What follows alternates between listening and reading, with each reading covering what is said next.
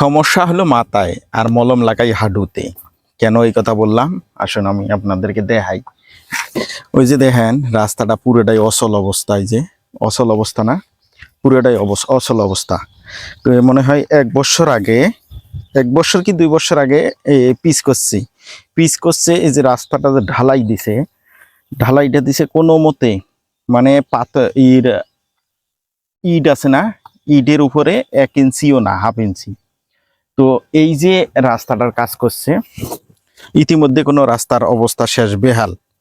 এখন আমি যে আপনাদের বললাম যে হলো গিয়ে সমস্যা মাথায়, কিন্তু মলম লাগাইতেছি হাঁটুতে। এখানে রাস্তার চড়া উঠে গেছে, কোনো কিছুই নাই, ইট গিট্টি তারপরে আছে প্লাস্টার যা আছে A to Z উঠে গেছে। কিন্তু সেটা রিপেয়ারিং না করে করছে কি, এই পাশে আইল বান্ধি দিছি, এই যে আইল বান্ধি দিছি, সে আইলের মাডিও নাই, সে আইলের মাডিও খায়া ফেলাইছি।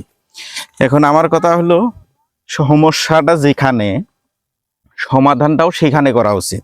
তা না করে দেখেন গর্ত হয়ে গেছে, পুরো গর্ত হয়েছে, এই যে পানি বাজি রয়েছে। এখন তো মনে করেন যে বৃষ্টি হইতেছে, পানি বাজি আছে। এদিকে ইটের যে খোয়া ছিল সেটিও নাই হয়ে গেছে, যে পাথর যে আছে পাথরও নাই হয়ে গেছে।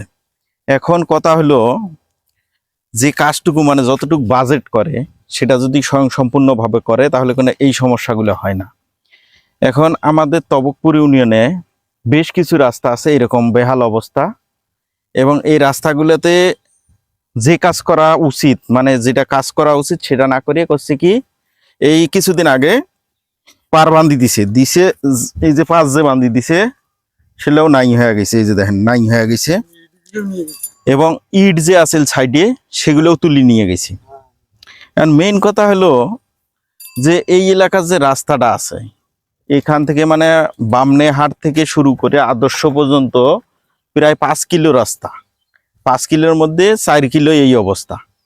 তাহলে যাতায়াতের উপযোগী কি থাকবে? এখনো তো বর্ষার কাল আসে নাই, এখনো বর্ষাকাল ঠিক মতো আসেই নাই, তাতে যদি এই অবস্থা হয়, ফুল বর্ষাকাল আসলে কি হবে?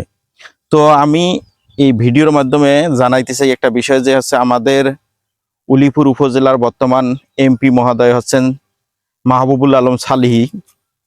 তো ভিডিওটা একটু সবাই শেয়ার করবেন এই জন্যে, কারণ আমাদের উলিপুর উপজেলার মধ্যে যে রাস্তাগুলো আছে যে বেহাল অবস্থা, উনি ইতিমধ্যে সংসদে রাস্তার বিষয়ে কথা বলছে, কিন্তু বিশেষ কিছু রাস্তার উপর যেন গুরুত্ব দেয়। কেননা এই রাস্তাগুলো যদি কাজ না করে তাহলে দেখা গেছে যে বর্ষাকাল আসলে চলাচলের উপযোগী থাকবে না। তো সবাই যারা উলিপুর এবং তবকপুর ইউনিয়নবাসী আছেন ভিডিওটা শেয়ার করবেন, যাতে আমাদের এই রাস্তাগুলার কাজ যেন অতি দ্রুত করা শুরু করেন, এবং এই রাস্তাগুলোর যে বেহাল অবস্থা আছে সেগুলো যেন একটু ঠিক করার ব্যবস্থা করে। তো সকলের জায়গা থেকে ভিডিওটা শেয়ার করবেন, যাতে আমাদের MP মহোদয় থেকে শুরু করে বিশেষ যারা মহৎ ব্যক্তি আছেন তাদের নজর পর্যন্ত আসেন।